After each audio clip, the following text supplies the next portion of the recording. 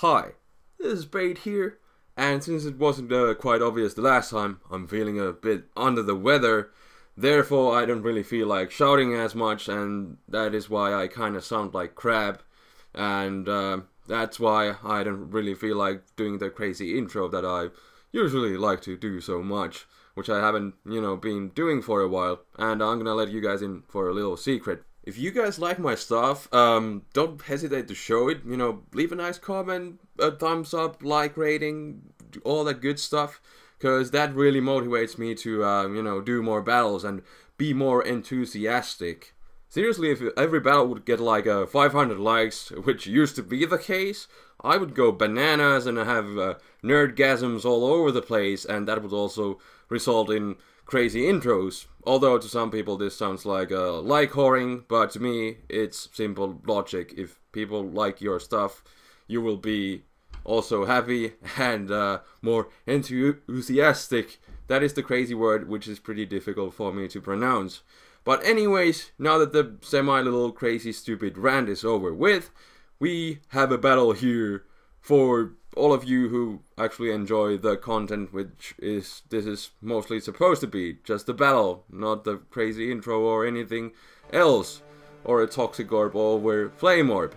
But that's a different story again. But here we have a match, a rarely used battle against someone by the name of CM Punk. I found him from the Smogon Battle Finder, and for this match I decided to lead with a good old Hariyama, get the fake out going on, since fake out is also +3 priority. That will, outdo Prankster, meaning I will go first.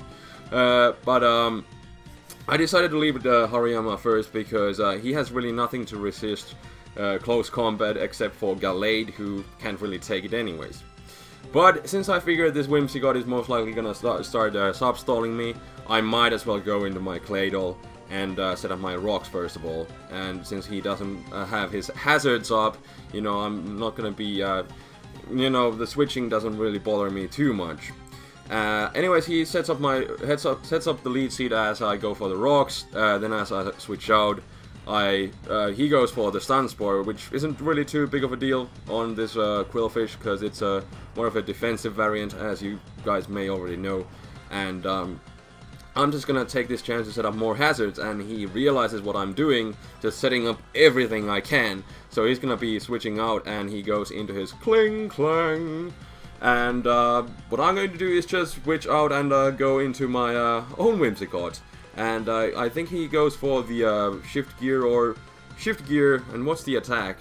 Gear grind. Yes, I remember now. But since I have the Prankster ability, that gives me +1 priority to non-attacking moves, which we already kind of went through on the first turn. I can encore him into the shift gear, which is excellent. So I can start doing my sub-seed shenanigans right here.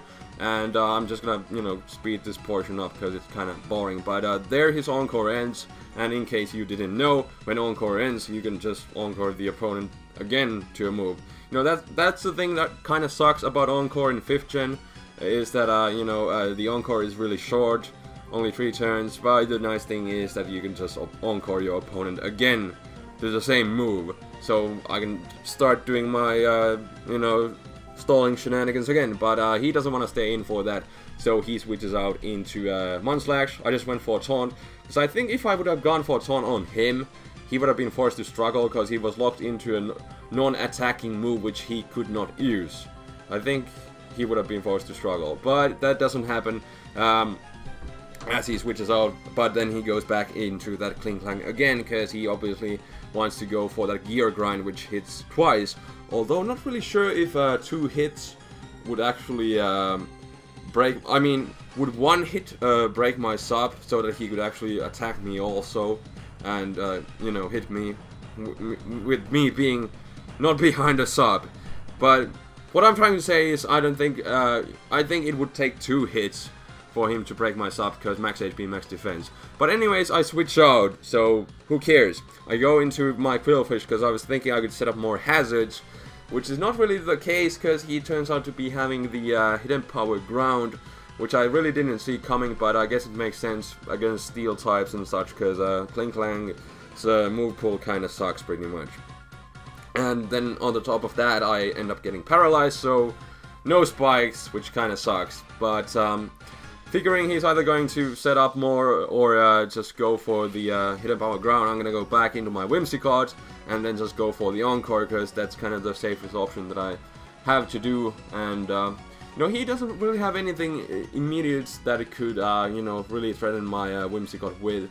And since that Clinching is still kind of the biggest problem for my team, because it doesn't get toxic by the toxic spikes, I just went for the safe play. But he goes into Rhydon, goes for the Fire Punch, which I still take really well, because max HP, max defense, and he is, you know, obviously a bulky Rhydon with Eviolite, so he's not really gonna be able to do too much. So I'm just gonna be stopping down along the way, doing my shenanigans. And now he switches out finally, and he goes into this what's this thing, blah blah blah, the Crustle. Yes, that's the name. I've actually seen these things quite a lot in RU, now that I've been playing it quite a bit lately on PO and on Wi-Fi. But he starts breaking my substitutes with the stone edges, and I'm just gonna speed this up because you know, a bit of a stall again, lots of stalling going on, and this was kind of a long match, mainly because Whimsicott, but Whimsicott was doing some work. And here he goes for Stealth Rocks, because he just wants to set them up, I guess, before he dies, and still has the chance. And he doesn't die to Toxic, which is actually perfect, because that allows me to go for the Encore. And on the next turn, as he goes into his own Whimsicott, he cannot Encore me into Encore, because that will fail. It will fail on his part, not on mine, and I guess he didn't know that. And since he doesn't have the taunt, you know, he was forced to go for the Encore, because he thought it would work, but it actually doesn't. You cannot Encore someone into Encore, and I can go for taunt, so he is now screwed, and I can start my shenanigans again. And since I know he's gonna switch out, I'm just gonna go for the lead seed. Unfortunately, it misses on this Galade. And I was kind of thinking that he would predict the lead seed again and then go into his Whimsicott and then Encore me, but he actually doesn't, and he just stays in. But it isn't really too big of a deal, because again, max HP, max defense, so this Galade can't really do too much. So let's just go for the lead seed again. But it misses again, twice in a row pretty much. If you're not counting the taunt, but you know, technically twice in a row. And then on top of that, he crits me with the Drain Punch. So Whimsicott was doing really well, but then it's kind of getting hacked out here. But it was kind of annoying, so I guess Whimsicott kind of deserves it, because it's kind of a dick, as we all know. But it works. It does work. It's a good poke. But that still wasn't able to keep it in the OU tier. Anyways, that's another story for another time. So in the meanwhile, I go back into my my Quillfish, get the Intimidate, then I switch back in. I go into my Clay Doll, because you know, I would, you know, resist his secondary stab move if he would have had the Psycho Cut, but he actually just switches into his Cling. And I do carry the Earth Power, so I'm just gonna go for it. And he reveals that he has Sub, which is really surprising, because usually you carry Substitute as the last filler move. It's either Hidden Power or Substitute, but this guy has both, so he doesn't even have the return for the extra coverage. But anyways, here, since he did Sub down, I figure I can, you know, just safely go for the Rapid Spin, get rid of his Stealth Rocks that he set up earlier with his Crustle, and he actually decides to go into his Munchlax. And he doesn't really feel like setting up, because he knows I can just go into my Whimsicott and start trolling him again. But he rests up with his Munchlax, and I go into my Honchkrow and just Brave Bird everything, and it does a lot, despite him having a lot of HP and the Eviolite Stone. But unfortunately, he does Whirlwind me out, so I don't get to go for the 2-hit KO. But what do you know? In comes the Whimsicott, and I think I just go for the taunt here, so that he can't rest up anymore. And now he cannot Sleep Talk, which is great. And here I made kind of a stupid play, but I tried to sped things up, so I decided to go in my Honchkrow, because I knew I could take a hit. But Body Slam actually does it quite a bit, and on top of that he crits me.